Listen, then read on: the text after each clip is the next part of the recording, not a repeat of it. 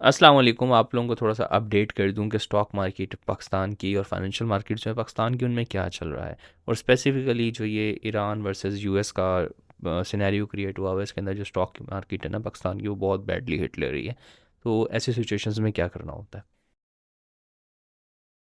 अगर पाकिस्तान के stock market के कॉन्टेक्स्ट में बात करें, तो आपको एक चीज़, सबसे पहला सवाल जो आपको खुद से पूछना होता है ना, वो ये है कि आपका स्टेटस क्या है स्टॉक मार्केट पे? क्या आप वहाँ पे ट्रेडर हो? क्या आप वहाँ पे स्विंग ट्रेडर हो, या क्या आप वहाँ पे लॉन्ग टर्म इन्वेस्टर हो?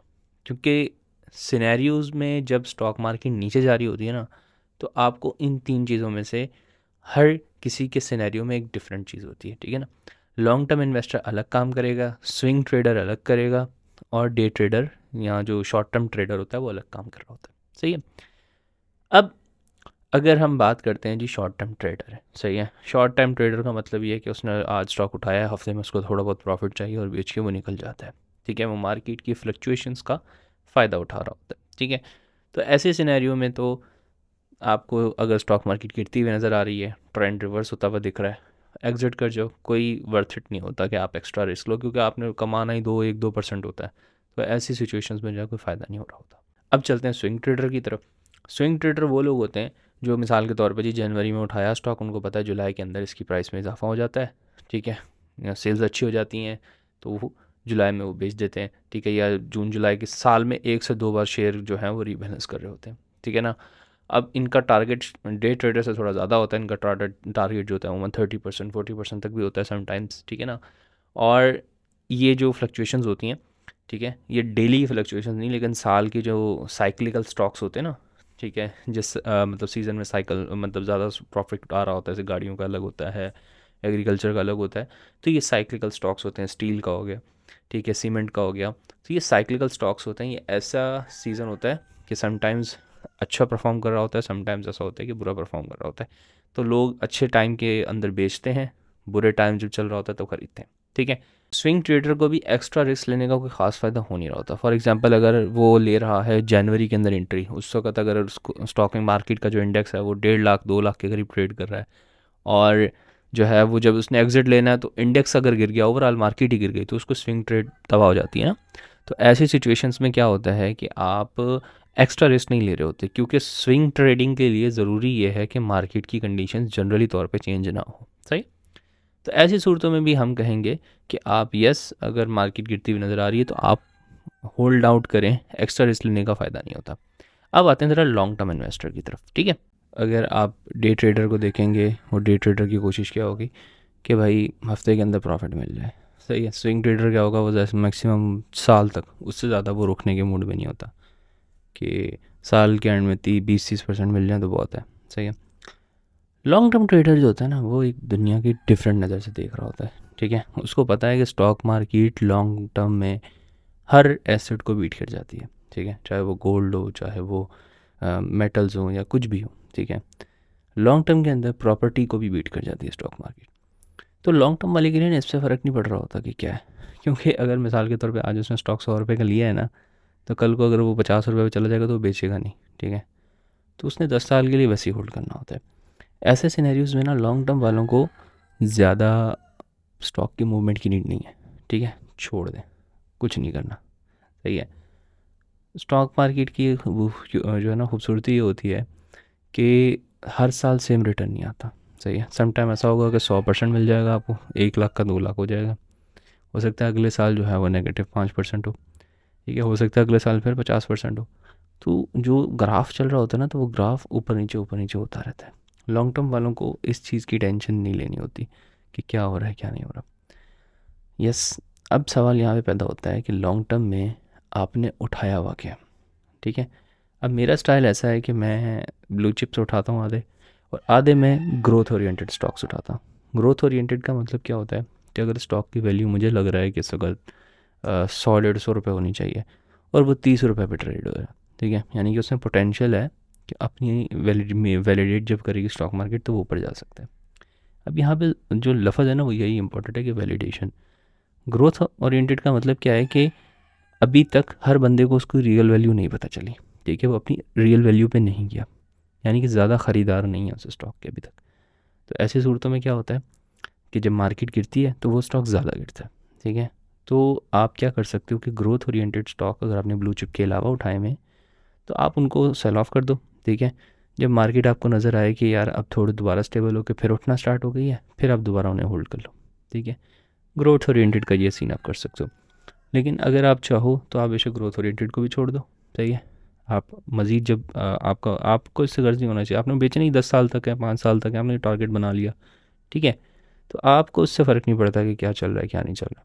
आप ग्रोथ ओरिएंटेड के अंदर भी ये हो सकता है कि आप अगर वो आप नहीं बेच रहे तो जब मार्केट गिरे तो मज़ीद उठाते जाओ, एवरेज करोगे तो आपकी प्राइसेस नीचे आ जाएंगी, ठीक है। अब यहाँ पे एक सिनेरियो मैं आपको समझाता हूँ, ठीक है। अब अगर स्टॉक मार्केट है, ठीक है ना, स्टॉक मार्केट जो है ना वो हाईली सेंसिटिव होती है न्यूज़ पे, सही। अब जैसे अचानक से यूएस वर्सेस अमेरिका के मामला चल रहे हैं और इसकी वजह से जो है ना इन्वेस्टर्स को 2-3 चीज़ें नज़र आ रही हैं, सही है। पहला तो ये कि अगर ऐसा कुछ हो जाता है तो 2-3 साल तक जो है ना स्टॉक मार्केट एक नेगेटिव हिट ले सकती है, अगर हो जाता है, ठीक है। तो अब मेरा एक सवाल है आपसे, अगर ऐसी कोई खबर आए, ठीक है, कि भाई स्टॉक मार्केट जो 2-3 साल के लिए नीचे गिर जाएगी, तो आपको क्या लगता है आरिफ हबीब साहब जो हैं, आरिफ हबीब जो है ना कॉरपोरेशन के शेयर्स बेच देंगे, ठीक है, या मंशा साहब जो हैं वो अपनी कंपनियां बेच देंगे कि भाई स्टॉक मार्केट तो गिरने वाली है, ठीक है। तो पॉइंट इज़ कि या मतलब दाऊद वाले जो हैं वो एंग्रो के शेयर्स बेच देंगे, ठीक है। नहीं बेचेंगे ना यार, क्यों नहीं बेचेंगे, ठीक है। उनको पता है यार आज गिरी है, साल बाद दोबारा उठ जाएगी, ठीक है। इसी तरह लकी ग्रुप वाले, क्या लगता है उनको, क्या आपको क्या लगता है कि लकी ग्रुप वाले बेच देंगे कि भाई अभी तो स्टॉक मार्केट गिर रही है, हमें शेयर रखना ही नहीं है, हम बेच देते हैं? ऐसा तो नहीं हो रहा था ना, ठीक है। बेचता वो है जिसको शॉर्ट टर्म का प्रॉफिट चाहिए, ठीक है। तो लॉन्ग वाले जो होते हैं ना वो एक्यूमुलेट कर रहे होते हैं, और ख़ास तौर पे जब मार्केट्स गिर रही होती हैं ना तो वो मज़ीद डाल रहे होते हैं, ठीक है। अब सिनेरियो ये है कि कब तक गिर सकती हैं, दूसरा सवाल आपके जहन में होगा। देखिए, अगर तो ये एक्सटर्नल फैक्टर आपको मैंने बताया कि वो मार्केट्स इंटरनल पाकिस्तान के हालात में मैटर करते हैं, वो दूसरा एक्सटर्नल मैटर करता है ना। इंटरनल हालात थोड़े बेहतर हुए हैं तो आपको बताया था अगर एक्सटर्नल कोई फैक्टर नहीं आता है तो मार्केट ऊपर जा सकती है। कल मार्केट जो है 5,000 पॉइंट प्लस में क्लोज हुई है। आज जो है वो यूएस वर्सेस अमेरिका की जंग का टेंशन हो गई है, तो आज जो है वो 7,000 पॉइंट नेगेटिव चली गई है। एक्सटर्नल फैक्टर है ना, हो सकता है जैसे ये रिमूव हो मार्केट दोबारा बाउंस बैक कर जाए, लेकिन ये भी हो सकता है कि ये फैक्टर रियलाइज़ हो जाए, और अगर ये रियलाइज़ होता है तो फिर आपको पता है कि मार्केट जो है वो फिर हो सकता है 2 से 3 साल तक जो है वो नेगेटिव में चलती रहे, ठीक है। नेगेटिव से मना देके नेगेटिव सेंटीमेंट रहे, ऑब्वियस सी बात है, ठीक है। उसकी वजह ये कि देखें केपीके के अंदर भी अगर आपको नज़र आ रहा हो तो होता क्या है कि सिक्योरिटी थ्रेट्स जब भी आते हैं या इंसर्जेंट्स जो भी होते हैं वो हालात मामला ख़राब करते हैं पाकिस्तान के साथ और भाग के अफ़गानिस्तान में पनाह ले लेते हैं। तो पॉइंट इसके अगर नेबर अच्छा नहीं होगा तो वहाँ पे ऑब्वियसली बात है लोग चुप जाएंगे, ठीक है। अभी क्या है कि बलूचिस्तान में भी जो हालात इतने अच्छे नहीं हैं, अगर आपको याद हो पिछले महीने जब से वो 11-12 शहरों में एक साथ हमला हुआ था, उसके बाद से आप देखें कि जो माइनिंग रिलेटेड सेक्टर्स हैं वो वैसे ही नेगेटिव में चल रहे हैं क्योंकि अमन हमाल की सिचुएशन अच्छी नहीं है। तो अगर बलूचिस्तान की तरफ साथ लगता है ईरान, ईरान के हालात भी ख़राब हो जाते हैं तो होगा क्या कि जो वहाँ पे टीटीपी ने जान खाई हुई है, यहाँ पे जो है वो बीएलए वाले जो हैं वो हमला करेंगे, ईरान भाग जाएंगे। अब ईरान की जो हुकूमत होगी उसका पहला मसला अमेरिका से लड़ना होगा, बीएलए को कंट्रोल करना नहीं होगा, तो ऑब्वियसली बात है लॉन्ग टर्म के लिए माहौल थोड़ा सा ख़राब रह सकता है, ठीक है। तो अगर ऐसी सिचुएशन होती है तो यस 2-3 साल तक हो सकता है आपको जो स्टॉक मार्केट है नीचे गिरती हुई दिखे, लेकिन लॉन्ग टर्म वाले के लिए तो अच्छी बात है ना, क्योंकि उसने बेचना ही 10 साल बाद है, ठीक है। जो हो सकता है स्टॉक आज वो 100 रुपये का उठा रहा है, ठीक है, मार्केट गिरने की वजह से उसको 80 का मिल जाए, सही है। 2-3 साल तक 80 रुपये का उठाता रहेगा हर महीने, और तीसरे चौथे साल से फिर दोबारा जब उठना, जब 10 साल तक उसने वेट किया तो अल्टीमेटली हो सकता है 700-800 पे बेचे, ठीक है ना। तो पॉइंट इसके लॉन्ग टर्म वाला एक डिफरेंट सोच रखता है, डे ट्रेडर एक डिफरेंट रखता है, स्विंग ट्रेडर एक डिफरेंट रहता है। डे और स्विंग वालों के लिए यस नेगेटिव चीज़ें हट जाओ, ठीक है। आप माहौल बेहतर हो जाए फिर दोबारा री एंट्री ले लेना। लॉन्ग टर्म वालों को फ़र्क नहीं पड़ना चाहिए। लॉन्ग टर्म वाला जो होता है ना कंपनी को एज आ मालिक की तरह सोचो, ठीक है। लकी वाले हैं, मिसाल दे रहा हूँ, ठीक है। तो क्या लकी वाले आपको लगता है कि वो शेयर बेच देंगे अपने कि माहौल ख़राब हो रहा है, ठीक है? नहीं बेचेंगे ना यार, सही है। तो लॉन्ग टर्म वाले जो होते हैं ना उनको फ़र्क नहीं पड़ता, ठीक है। वजह ये उनको पता है लॉन्ग टर्म में हमने आउट परफॉर्म कर जाना है छोटे मोटे हालातों को, सही है। So that's the thing. अगर आपको ये चीज़ समझ में आई है, ठीक है, गो फॉर द रिस्क। नहीं समझ में आई है आप भी खामोशी के साथ बैठ जाओ, लेकिन ये पॉसिबिलिटी भी है कि जैसे ही ये फैक्टर रिमूव होता है बाहर वाला, मार्केट दोबारा यूँ करके बाउंस बैक कर जाए। ठीक है, क्योंकि हमें पता नहीं है क्या है। अगर किसी को पता हो तो और क्या ही चाहिए, ठीक है, नहीं है ना, हम सिर्फ अपनी गेसेस लगा सकते हैं। और एजुकेटेड गेस यही है कि लॉन्ग टर्म वालों को फ़र्क नहीं पड़ना चाहिए। यस, अगर आपको ज़्यादा रिस्क लग रहा है, आप अपने ग्रोथ ओरिएंटेड स्टॉक्स थोड़ी ऑफलोड कर दो, ठीक है, मार्केट थोड़ी सी स्टेबल हो जाए दोबारा उठा लेना, ये कर सकते हो। लेकिन ये भी हो सकता है कि जब मार्केट दोबारा स्टेबल हो आपके हाथ में ही ना आए। सही, तो हर चीज़ को फैक्टर इन करना पड़ता है ना। अब यहाँ पे जो असल पॉइंट आता है ना, वो था इमरजेंसी फंड, जो हमेशा आपको समझाता था। इमरजेंसी फंड जो है ना, वो आपकी इन्वेस्टमेंट को और आपके दरम्यान में बफर होता है। ठीक है, अगर आपको ज़रूरत पड़ जाती है पैसे की तो आप इमरजेंसी फंड से ले लो, ठीक है, आप अपनी इन्वेस्टमेंट्स को नहीं छेड़ते, ठीक है ना। इसकी मिसाल ऐसी होती है कि भाई अगर मतलब आपका जो गली मोहल्ले में जहाँ पे आपका प्लाट है, ठीक है, वहाँ पे अगर किसी की लड़ाई होगी तो अपना प्लाट थोड़ी बेचोगे यार। ठीक है, आपको पता है अभी हुई है लड़ाई, 1-2 महीने में ठीक हो जाएंगे। ठीक है, तो यही सीन होता है। ठीक है ना, लॉन्ग टर्म वालों को इससे फ़र्क नहीं पड़ रहा होता। तो अगर अभी भी आप देखेंगे ना, तो जो कंपनीज़ हैं उनमें फ़र्क पड़ रहा होगा, रीट्स वगैरह में इतना फ़र्क नहीं पड़ रहा। DCR वहीं का वहीं खड़ा है। ठीक है, क्यों? सॉलिड प्रॉपर्टी है। कौन बुरे हालात में जो है वो मतलब प्रॉपर्टी बेचता है? नहीं बेचता ना। तो आप सॉलिड स्टॉक है। तो इस तरीके से ऐसा ना हो कि कल को DCR भी गिर जाए, कुछ कह नहीं सकते, लेकिन थोड़ा बहुत एडजस्टमेंट का उसमें मार्जिन होता है। गिरेगा तो इतना नहीं गिरता होता, मगर मार्केट गिर रही है, हो सकता है थोड़ा बहुत 5-6% गिर जाए, उससे ज़्यादा सॉलिड स्टॉक नहीं गिरते ना।